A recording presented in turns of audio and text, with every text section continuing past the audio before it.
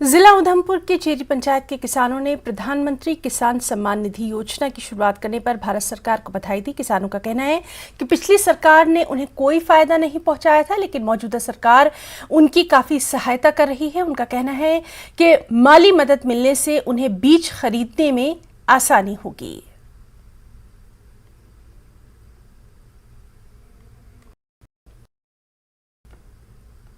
प्रधानमंत्री जी ने जो स्कीम निकाली है, जो 2000 रुपया जो मतलब साल का जो मिलता है, 6000 रुपया साल का मिलता है, लेकिन उससे हमें बड़ी राहत होती है क्योंकि हम जिम्मेदार हैं।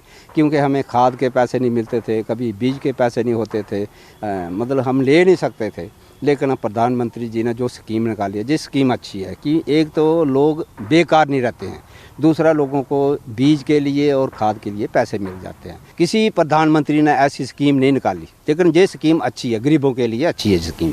पीएम किसान योजना इधर थूम लगा रहे हैं, तो इधर ही हम काम करते हैं खेती बाड़ी का।